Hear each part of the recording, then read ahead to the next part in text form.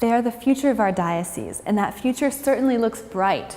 There are 13 seminarians in Brooklyn and Queens who will be ordained priests in just a month. 31 days exactly, but who's counting?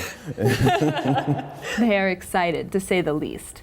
This weekend, the leader of the Catholic Church in Brooklyn and Queens, Bishop Nicholas DiMarzio, broke the news in the diocesan newspaper, The Tablet, that this class of new priests is the largest in all of America. I got to meet with several of these priests-to-be, and I asked what everyone should know about them.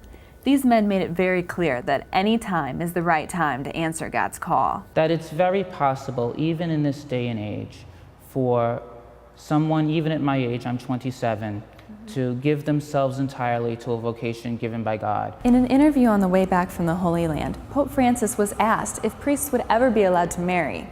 He didn't say yes or no, but left the option open. The Pope said priestly celibacy wasn't a dogma of faith. He also pointed out that the Eastern rites allow their priests to be married. I asked these seminarians what they thought about the possibility, even as they are weeks away from committing their entire lives to a vow that comes with ordination in our church. They say the celibacy rule should stay. First of all, it's a gift. It's a gift. Priests cannot live celibacy without the grace and the gift from God. It's a call to live. It's a challenge, it's a sacrifice. It allows us theologically to understand that a priest, like a husband and a wife, are giving their entire selves to the service of the church.